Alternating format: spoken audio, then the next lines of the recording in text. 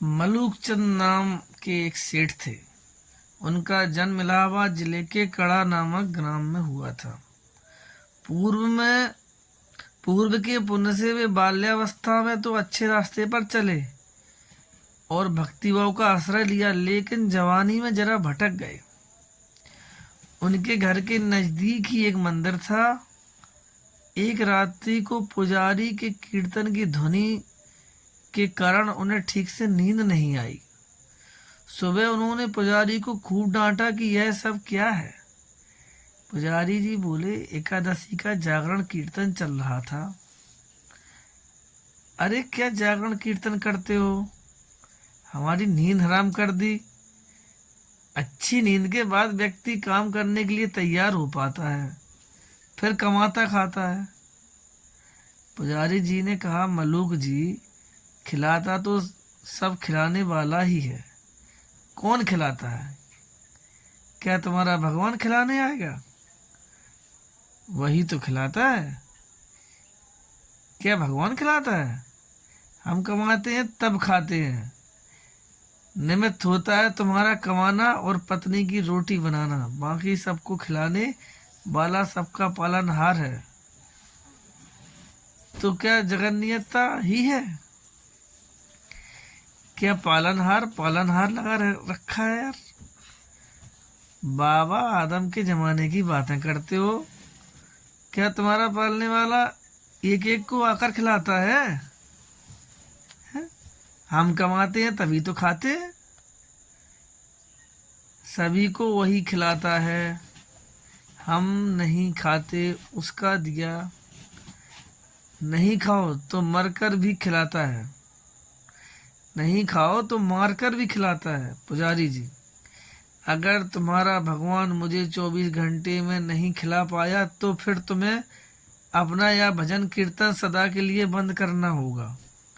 मैं जानता हूँ कि तुम्हारी बहुत पहुँच है, लेकिन उसके हाथ बड़े लंबे हैं। जब तक वह नहीं चाहता तब तक किसी का बाल भी बांका नहीं हो सकता। आजमा कर देख लेना। पुजारी जी, भगवान में प्रीति वाले कोई सात्विक भक्त रहे होंगे। मल्लूक चंद किसी घोर जंगल में चले गए और एक विशालकाय वृक्ष के नीचे ऊंची डाल पर चढ़कर बैठ गए। अब देखें इधर कौन आता है खिलाने। 24 घंटे बीत जाएंगे और पुजारी की हार हो जाएगी।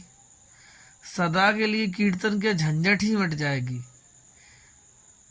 2-3 घंटे बाद एक अजनबी आदमी आया वहां। उसने उसी वृक्ष के नीचे आराम किया और अपना सामान उठाकर चल दिया, लेकिन अपना एक थैला वहीं भूल गया कहो छोड़ गया, या कहो भगवान ने किसी मनुष्य को प्रेरणा की थी कि वह मनुष्य रूप में साक्षात भगवान सत्ता ही वहां पर आई थी। यह तो भगवान ही जाने। थोड़ी देर बाद 5 डकैत वहां से पसार हुए। उनमें से एक ने अपने सरदार से कहा, उस्ताद, यहाँ कोई थैला पड़ा है, क्या है जरा देखो। खोलकर देखा तो उसमें गर्मा गर्म भोजन भरा टिफिन। उस्ताद, भूख लगी है, लगता है यह भोजन अल्लाह ताला ने हमारे लिए भेजा है। अरे, तेरा अल्लाह ताला यहाँ कैसे भोजन भेजेगा? हमको पकड़ने या फंसाने के लिए किसी शत्रु ने जहर वहर डाल के यह टिफिन यहाँ रख दिया है, या तो पुलिस का कोई षड्यंत्र है। इधर उधर देखो जरा, कोई कौन रख के गया है। उन्होंने इधर उधर देखा, कोई भी आदमी नहीं दिखा। तब डाकुओं की मुखिया ने जोर से आवाज लगाई, कोई हो तो बताए, यह थैला यहाँ कौन छोड़ गया है। मलूक चंद ऊपर बैठे सोचने लगे कि अगर मैं कुछ बोलूंगा तो मेरे ही गले पड़ेंगे। वे तो चुपचाप रहे, लेकिन सबके हृदय की धड़कने चलाता है भक्त वत्सल। वह अपने भक्त का वचन पूरे किए बिना शांत नहीं रह सकते। उन्होंने डकैतों को प्रेरित किया कि वह ऊपर देखें। उन्होंने ऊपर देखा तो वृक्ष की डाल पर एक आदमी बैठा हुआ है। डकैत चिल्लाए, अरे नीचे उतर। मैं नहीं उतरता।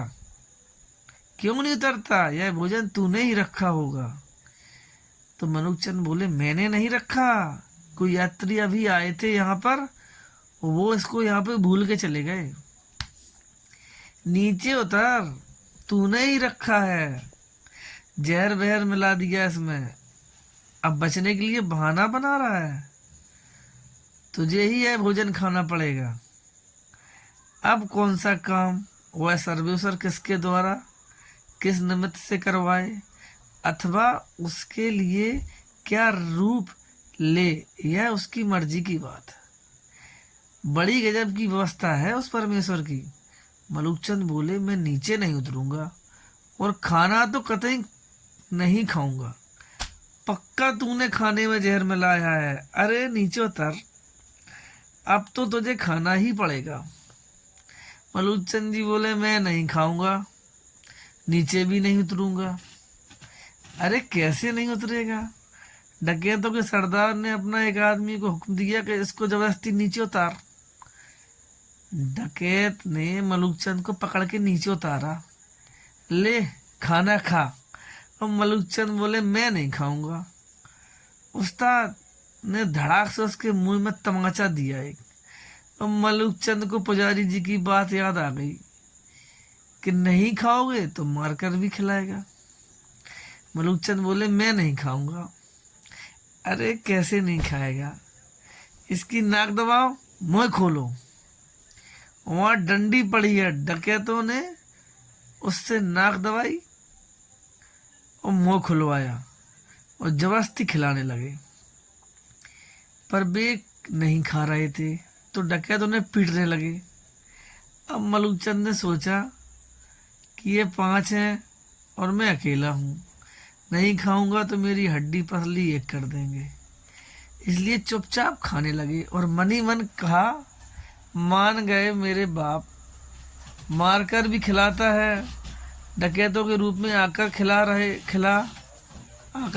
है, चाहे भक्तों के रूप में आकर खिला, लेकिन खिलाने वाला तू ही है। अपने पुजारी की बात तूने सत्य साबित कर दिखाई। मलुकचंद के बचपन की भक्ति की धारा फूट पड़ी और उनको मार पीट कर डकैत वहां से चले गए। तो मलुकचंद भागे और पुजारी जी के पास आकर बोले, पुजारी जी मान गए आपकी बात, नहीं खाए तो मारकर भी खिलाता है। पुजारी जी बोले, वैसे तो कोई 3 दिन तक खाना न खाए तो वह जरूर किसी न किसी के रूप में आकर खिलाता है, लेकिन मैंने प्रार्थना की थी कि 3 दिन की नहीं 1 दिन की शर्त रखी है, तू कृपा करना। अगर कोई सच्ची श्रद्धा और विश्वास से हृदय पूर्वक प्रार्थना करता है तो वह अवश्य सुनते हैं। वह तो सर्वव्यापक सर्वसमर्थ है, उसके लिए कुछ भी असंभव नहीं है। मलुकचंद ने पुजारी जी को धन्यवाद दिया और वो सोचने लगे कि जिसने मुझे मारकर भी खिलाया वह उस सर्वसमर्थ की मैं खोज करूंगा। वे उस खिलाने वाले की खोज में घने जंगल में चले गए। वहां वो भजन कीर्तन में लग गए और ऐसे लगे कि मलुकचंद संत आज तक मलुकदास प्रकट हो गए। फिर तो उनके दर्शन से कईयों के जीवन बदल चुके, उनके सत्संग से कईयों की वृत्तियां बदल गईं, कई उजड़े दिल चमन हो गए। उनका सानिध्य पाकर कई गुमराह लोग अच्छी राह पर चल पड़े।